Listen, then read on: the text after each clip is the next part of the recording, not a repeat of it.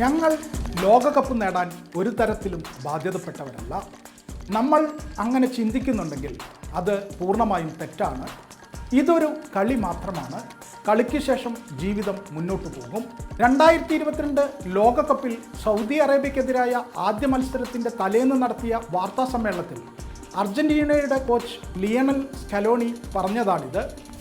വാർത്താ സമ്മേളനത്തിലാണ് സ്കലോണി ഇത് പറഞ്ഞതെങ്കിലും ലിയണൽ മെസ്സിയുടെ നേതൃത്വത്തിലുള്ള തങ്ങളുടെ ടീം ലോക ചാമ്പ്യന്മാരാകുമോ എന്ന് ഉറ്റുനോക്കിക്കൊണ്ടിരിക്കുന്ന നാട്ടിലെ ഫുട്ബോൾ ആരാധകർക്കുള്ള സന്ദേശമായിരുന്നു അത്. ആരാധകരുടെ ചങ്കിടിപ്പ് ഇല്ലാതാക്കി അവരെ ശാന്തരാക്കാനുള്ള പരിശീലകന്റെ വാക്കുകൾ. ഇതാണ് ലിയണൽ സ്കലോണി. ഏത് കാര്യത്തെയും വളരെ സംയമനത്തോടെ കാണുന്നയാൾ. കളി നടക്കുമ്പോൾ സൈഡ് ലൈനിന് പുറത്ത് ശാന്തനായി നിൽക്കുന്ന സ്കലോണി കഴിഞ്ഞ ലോകകപ്പിലെ സ്ഥിരം കാഴ്ചയായിരുന്നു. അമിതമായ ഉത്കണ്ഠയോ ആഹ്ലാദമോ ആ മുഖത്ത് കാണില്ല. എപ്പോഴും ചിന്തിച്ചു കൊണ്ടു നിൽക്കും. ഇടയ്ക്കൊക്കെ അങ്ങോട്ടും ഇങ്ങോട്ടും നടക്കും, അത്ര തന്നെ. ലോകകപ്പിൽ കുറച്ചു ദിവസങ്ങൾക്ക് ശേഷം മെക്സിക്കോക്കെതിരായ ജീവൻ മരണ പോരാട്ടത്തിൽ കടുത്ത പോരിനൊടുവിൽ ദീർഘനേരത്തെ കാത്തിരിപ്പിന് ശേഷം മെസ്സി മത്സരത്തിലെ ആദ്യ ഗോളടിച്ചപ്പോൾ സഹപരിശീലകൻ പാബ്ലോ ഐമർ കരഞ്ഞതിനെക്കുറിച്ച് സ്കലോണി ഇങ്ങനെ പറഞ്ഞു: നമ്മൾ കുറച്ചുകൂടി നല്ല ബോധത്തോടുകൂടി കാര്യങ്ങളെ സമീപിക്കണം. ഓർക്കുക, ഇതൊരു ഫുട്ബോൾ മത്സരം മാത്രമാണ്. എനിക്ക് എൻ്റെ സഹോദരനിൽ നിന്ന് കരഞ്ഞുകൊണ്ടൊരു മെസ്സേജ് കിട്ടി. കടുത്ത സമ്മർദ്ദം കാരണം കളി കാണാൻ കഴിയാതെ അവൻ വീട്ടിൽ നിന്നിറങ്ങി വിദൂരമായൊരു ഗ്രാമപ്രദേശത്തേക്ക് പോയെന്ന്. എന്നാൽ എനിക്ക് അങ്ങനെയൊന്നും ആകാൻ കഴിയില്ല. നമ്മൾ ജയിച്ചാലും ഇല്ലെങ്കിലും നാളെ സൂര്യൻ ഉദിക്കുമെന്ന് ആളുകളെ പറഞ്ഞു ബോധ്യപ്പെടുത്തുക ശ്രമകരമായ ഒന്നാണ്, സ്കലോണി പറഞ്ഞു. ഫുട്ബോളിൻ്റെ കാര്യം വരുമ്പോൾ അമിതാവേശം കയറുന്ന ഒരു രാജ്യത്ത് അവരുടെ ദേശീയ ടീം പരിശീലകന്റെ വാക്കുകൾ പലപ്പോഴും നിർണായകമാകും. പോളണ്ടിനെതിരായ നിർണായക മത്സരത്തിന് മുമ്പ് സ്കലോണി തനിക്ക് ബ്രസീൽ ടീമിനോടുള്ള ഇഷ്ടം വ്യക്തമാക്കിയത് അത്തരമൊരു അവസരമായിരുന്നു. എല്ലാ 4 വർഷം കൂടുമ്പോഴും തങ്ങളുടെ പരമ്പരാഗത വൈരികളായ ബ്രസീലിനെ കളിയാക്കാനുള്ള പാട്ടുകളുമായി കൂട്ടത്തോടെ ഗാലറിയിലെത്തുന്ന ശീലം കാലങ്ങളായി അർജന്റീന ആരാധകർ തുടർന്നു പോരുമ്പോഴായിരുന്നു അതിന് വിപരീതമായി അവരുടെ സ്വന്തം ടീമിൻ്റെ പരിശീലകൻ ബ്രസീലിനോടുള്ള അയാളുടെ ഇഷ്ടം പ്രകടിപ്പിച്ചത്. അതാണ് സ്കലോണി. അങ്ങനെയാണ് സ്കലോണി. ഡീഗോ മറഡോണയുടെ സുവർണ്ണ കാലഘട്ടത്തിൽ നിന്ന് പുറത്തു കടക്കാൻ കഴിയാതെ കുടുങ്ങിപ്പോയ ഒരു ഫുട്ബോൾ പാരമ്പര്യത്തിന് നവചൈതന്യമുണ്ടാക്കാൻ നിയോഗിക്കപ്പെട്ട പരിശീലകൻ. മെസ്സി തലമുറയെ 2014 ലോകകപ്പ് ഫൈനലിലും 2015-16 വർഷങ്ങളിലെ കോപ്പ അമേരിക്ക ഫൈനലിലും എത്തിച്ച പരമ്പരാഗതമായ വൈകാരിക കാർഡിൽ നിന്നും മുക്തമാക്കി വ്യത്യസ്തമായ കാർഡുകൾ പരീക്ഷിച്ച പരിശീലകൻ. മെസ്സിയുടെ നേതൃത്വത്തിലുള്ള ടീം ആ 3 ഫൈനലുകളും തോറ്റിരുന്നു എന്നതുകൂടി ഓർക്കണം. ലോകകപ്പ് എന്നത് എപ്പോഴും സങ്കീർണമാണ്. അതിൽ കളിക്കുമ്പോൾ അമിതമായ ആത്മവിശ്വാസത്തിൻ്റെയോ അമിതമായ ആഹ്ലാദത്തിൻ്റെയോ തിരത്തള്ളലിൽപ്പെട്ട് ഒലിച്ചു പോകാനാകില്ല. സ്കലോണി എല്ലാ കാലത്തും ബുദ്ധിശാലിയായിരുന്നു. ഒരേ സമയം ഒരു കളിയിലാകും അയാളുടെ ശ്രദ്ധ, അതിനുശേഷം അടുത്തത്, അതും ഒട്ടും അമിതാവേശമില്ലാതെ. അതായിരുന്നു അയാളുടെ സമീപനം. 1997 അർജന്റീന അണ്ടർ-20 ലോകകപ്പിൽ ചാമ്പ്യന്മാരായപ്പോൾ സ്കലോണിയുടെ സഹകളിക്കാരനായിരുന്ന ബെർണാഡോ റോമിയോ പറഞ്ഞതാണിത്. അർജന്റീന വളരെ പതുക്കെയാണ് തങ്ങളുടെ പുതിയ പരിശീലകനായ ലിയണൽ സ്കലോണിയുമായി പൊരുത്തപ്പെട്ടത്. കളിക്കാരൻ എന്ന നിലയിൽ അർജന്റീനയ്ക്ക് വേണ്ടി വെറും 7 കളികൾ മാത്രം കളിച്ചിട്ടുള്ള സ്കലോണിയെ 2018 പരിശീലകനായി പ്രഖ്യാപിച്ചപ്പോൾ രാജ്യത്തിൻ്റെ ഒരു ഭാഗത്തുള്ള ജനങ്ങൾക്ക് അദ്ദേഹത്തെ തീരെ പരിചയമുണ്ടായിരുന്നില്ല. സ്കലോണിയെ അറിയുന്നവരാകട്ടെ രൂക്ഷ വിമർശനങ്ങൾ ഉയർത്തി. ട്രാഫിക് നിയന്ത്രിക്കാൻ പോലും യോഗ്യനല്ലാത്തയാൾ എന്നായിരുന്നു അർജന്റീനക്കാരുടെ ദൈവമായ ഡീഗോ മറഡോണയുടെ പ്രതികരണം. 2018 ലോകകപ്പിലെ പ്രീ ക്വാർട്ടറിൽ ഫ്രാൻസിനോട് തോറ്റ് ഏതാണ്ട് ദുരന്തപൂർണമായ പ്രകടനത്തിന് ശേഷം അർജന്റീന നാട്ടിൽ തിരിച്ചെത്തിയ സാഹചര്യമാണ്. പരിശീലകന്റെ റോളിലേക്ക് അർജന്റീന ഫുട്ബോൾ ഫെഡറേഷനിലേക്ക് ഒരാൾ പോലും ബയോഡാറ്റ അയക്കാൻ തയ്യാറാകാതെ മടിച്ചു നിൽക്കുന്ന സാഹചര്യം. എല്ലാം ഒന്നു മുതൽ തുടങ്ങുന്നതിനായി തൊട്ടുമുമ്പത്തെ പരിശീലകൻ ജോർജ് സാംപോളിയുടെ പരിശീലക സംഘത്തിലെ ഒരാളെ നിയോഗിക്കാൻ ഫെഡറേഷൻ ഒരുങ്ങി നിൽക്കുന്ന സമയം. ആ കാലത്ത് വെറും 40 വയസ്സാണ് സ്കലോണിയുടെ പ്രായം. തൻ്റെ മകൻ ഉൾപ്പെടുന്ന മയോർക്കയിലെ ഒരു അമേച്ചർ ക്ലബിൻ്റെ പരിശീലകനായതൊഴിച്ചാൽ പ്രധാനപ്പെട്ട ഒരു ടീമിൻ്റെയും മുഖ്യ പരിശീലക സ്ഥാനത്ത് പ്രവർത്തിച്ചിട്ടില്ലാത്തയാൾ. 2018 ലോകകപ്പിൽ പരിശീലക സംഘത്തിലുണ്ടായിരുന്ന സ്കലോണി കളിക്കാരുമായി ഏറെ അടുപ്പം പുലർത്തി. ഞങ്ങളുമായി അയാൾ ഏറെ സംസാരിക്കുമായിരുന്നു. പരിശീലകനും ടീമും തമ്മിലൊരു ഇഴയടപ്പും ഉണ്ടാക്കിയെടുത്തത് അയാളായിരുന്നു. 2018, 2022 ലോകകപ്പുകളിൽ അർജന്റീന ടീമിലെ പ്രധാനിയായിരുന്ന നിക്കോളസ് ടാഗ്ലിയാഫിക്കോ ഓർമ്മിക്കുന്നു, സ്കലോണിക്ക് പരിശീലകനായി പരിചയമില്ലെന്ന വാദം അധികമുയരുന്നതിന് മുമ്പേ അദ്ദേഹത്തിനൊപ്പം യൂത്ത് ടീമുകളിലും 2006 ലോകകപ്പിലും കളിച്ച Roberto അയാള, Pablo Aimar, Walter Samuel എന്നിങ്ങനെ അർജന്റീനക്കാർ ഏറെ ആരാധിക്കുകയും ബഹുമാനിക്കുകയും ചെയ്തിരുന്ന താരങ്ങൾ സ്കലോണിയുടെ രക്ഷയ്ക്കെത്തി. തുടക്കത്തിലുള്ള വിമർശനം അധിക കാലത്തേക്ക് നിലനിൽക്കാത്ത വിധം മറികടക്കുന്നതിൽ കാണിച്ച അതേ മിടുക്കും വ്യക്തിത്വവും സ്കലോണിക്ക് എന്നും ഉണ്ടായിരുന്നു. അദ്ദേഹത്തിൻ്റെ കരുത്തുറ്റ വ്യക്തിത്വത്തിനപ്പുറം അയാൾ ഒരു തമാശക്കാരനും പോസിറ്റീവായ വ്യക്തിയുമായിരുന്നു. എല്ലാവരും പ്രധാനപ്പെട്ടവരാണെന്ന തോന്നലുളവാക്കുന്നതിൽ അയാൾക്കൊരു പ്രത്യേക കഴിവുണ്ടായിരുന്നുവെന്ന് വിവിധ അർജന്റീന ക്ലബ്ബുകളിൽ സ്കലോണിയുടെ സഹകളിക്കാരനായിരുന്ന ലിയാൻഡ്രോ ഡേസബാറ്റോ ചൂണ്ടിക്കാട്ടുന്നു. സ്പാനിഷ്, ഇംഗ്ലീഷ്, ഇറ്റാലിയൻ ലീഗുകളിൽ ഡിഫൻഡറായി കളിച്ച് പരിചയമുള്ള ലിയണൽ സ്കലോണി കഴിഞ്ഞ 6 വർഷം കൊണ്ട് തൻ്റെ പ്രതിച്ഛായയ്ക്ക് അനുസൃതമായ ഒരു ടീമിനെ ഉണ്ടാക്കിയെടുത്തു. അതായത് കൂട്ടായ ഒരു ടീമിനെ. ലിയണൽ മെസ്സി ഒഴികെ ടീമിലെ മറ്റൊരു കളിക്കാരനും പ്രത്യേക അവകാശങ്ങളൊന്നുമില്ലാത്ത, എല്ലാവരും ഒരുപോലെ കണക്കാക്കപ്പെടുന്ന ഒരു അർജന്റീന ടീം. കളി തുടരാനും അടുത്ത തലമുറ കളിക്കാർക്ക് മാർഗനിർദ്ദേശം നൽകി ടീമിൽ തുടരാനും മെസ്സിയെ തൻ്റെ സഹപരിശീലകരുടെ സഹായത്തോടെ അയാൾ സമ്മതിപ്പിച്ചു. ഏതൊക്കെ മികച്ച കളിക്കാരെ നിലനിർത്തണമെന്നും അവർ കളി നിർത്തേണ്ടത് എപ്പോഴാണെന്നതിനെക്കുറിച്ചുമെല്ലാം സ്കലോണിക്ക് അറിയാം. ലിയണൽ മെസ്സിയും ഏഞ്ചൽ ഡി മരിയയും നിക്കോളസ് ഓട്ടമൻ്റെയുമെല്ലാം ശതകോടീശ്വരന്മാരായി. എന്നാൽ അർജന്റീന ടീമിന് വേണ്ടി ഒന്നും നേടിയിരുന്നില്ല.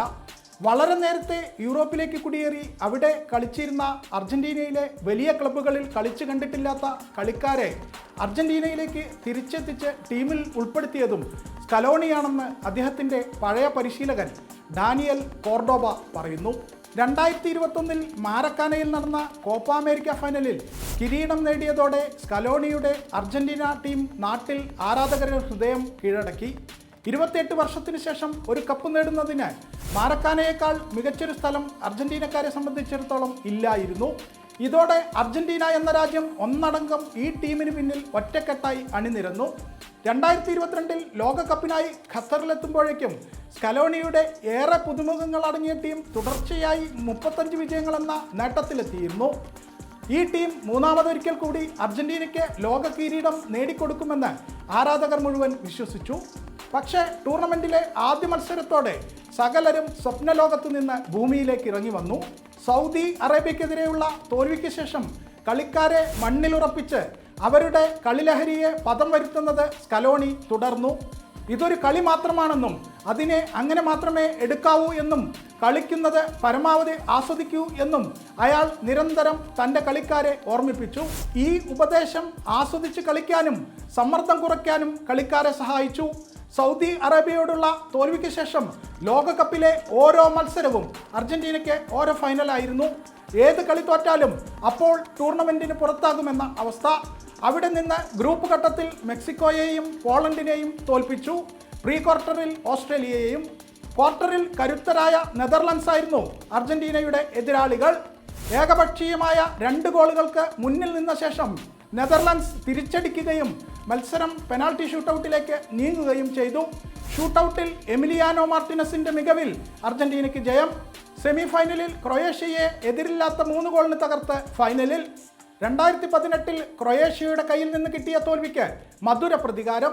പിന്നീട് ലോകകപ്പിൻ്റെ ചരിത്രത്തിലെ തന്നെ ഏറ്റവും മികച്ച ഫൈനലിനും ഫുട്ബോൾ ചരിത്രത്തിലെ തന്നെ ഏറ്റവും മികച്ച കളികളിലൊന്നിനുമായിരുന്നു ഖത്തറിലെ ലുസൈൽ സ്റ്റേഡിയം സാക്ഷ്യം വഹിച്ചത്.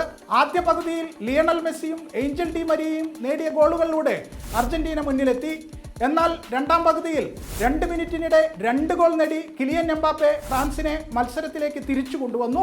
എക്സ്ട്രാ ടൈമിൽ ലിയണൽ മെസ്സിയും കിലിയൻ എംബാപ്പയും വീണ്ടും സ്കോർ ചെയ്തതോടെ മത്സരം ഷൂട്ടൗട്ടിലേക്ക്.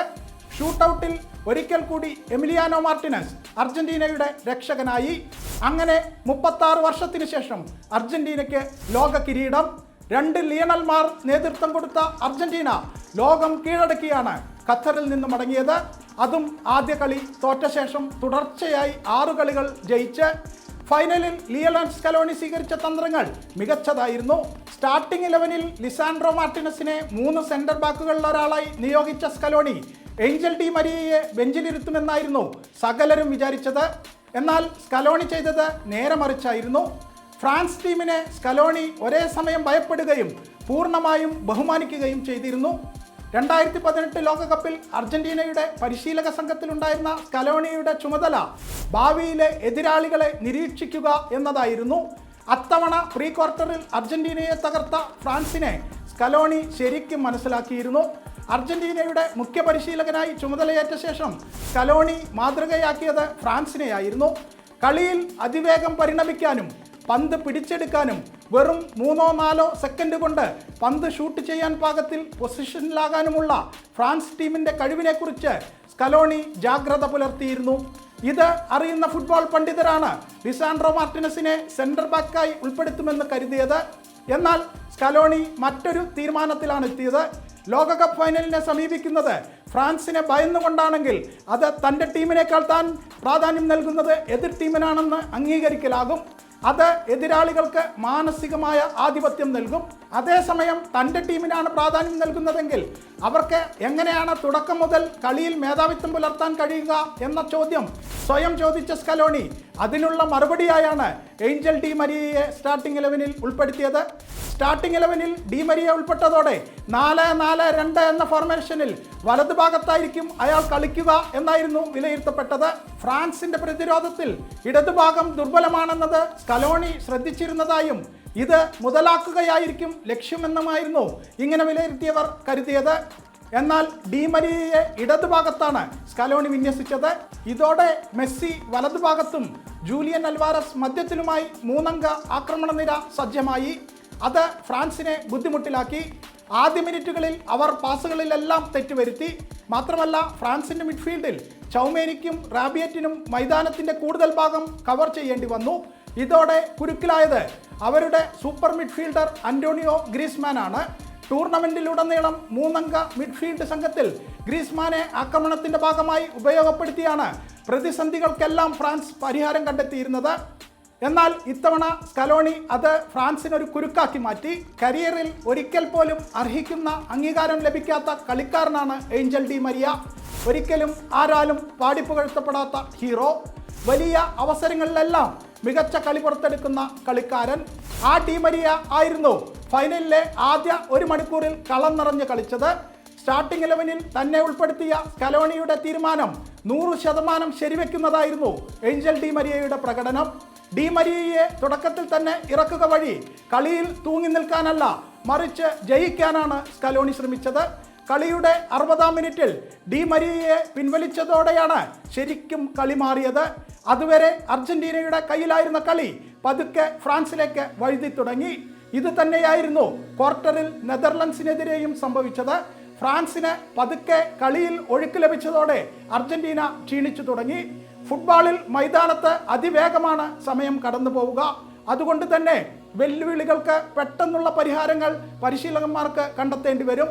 ഇക്കാര്യത്തിൽ സ്കലോണി ഏറെ മുന്നിലായിരുന്നു. ഓരോ പ്രതിസന്ധിക്കും അയാൾ കണ്ടെത്തിയ പരിഹാരങ്ങളെല്ലാം കൃത്യമായിരുന്നു. സൗദി അറേബ്യയോട് ആദ്യ കളി തോറ്റതിൽ ഒട്ടും പരിഭ്രമിക്കാതെ പകരം ആ തോൽവി മറികടക്കാൻ വേണ്ട പരിഹാരങ്ങൾ കണ്ടെത്തുകയാണ് അയാൾ ചെയ്തത്. ഇതിൽ ഏറ്റവും പ്രധാനപ്പെട്ടത് ലൗട്ടാരോ മാർട്ടിനസിന് പകരം ജൂലിയൻ അൽവാരസിനെ മുന്നേറ്റ നിരയിൽ കൊണ്ടുവന്നതായിരുന്നു.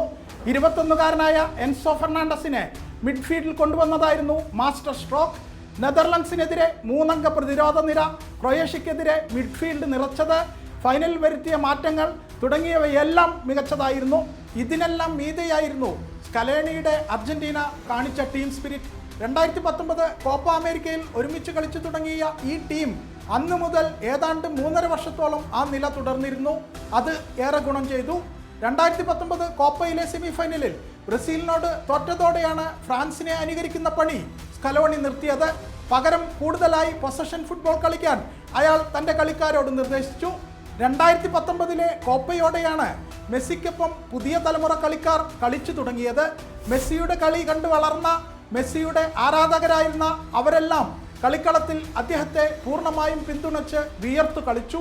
അതോടെ ഒരുമിച്ച് ജയിക്കാനും തുടങ്ങി. 2019 കോപ്പയിലെ സെമി ഫൈനലിൽ തോറ്റതിനു ശേഷം അർജന്റീന ആദ്യമായി തോൽക്കുന്നത് 2022 ലോകകപ്പിലെ ആദ്യ ഗ്രൂപ്പ് മത്സരത്തിൽ സൗദി അറേബ്യയോടായിരുന്നു. ആ യാത്രയിൽ അവർ 2021 കോപ്പ അമേരിക്ക കിരീടവും ഫൈനലിസിമയും നേടിയിരുന്നു. തുടർന്നായിരുന്നു ലോകകപ്പിലെ കിരീടധാരണം. 2021 മാരക്കാനയിൽ വെച്ച് നേടിയ ആ കോപ്പ അമേരിക്ക കിരീടം അർജന്റീന ടീമിന്റെ ആത്മവിശ്വാസം ഉയർത്തിയിരുന്നു. അവരുടെ മേലുള്ള സമ്മർദ്ദം അതോടെ കുറഞ്ഞു. അതോടെ അവർ കളി ആസ്വദിക്കാനും തുടങ്ങി.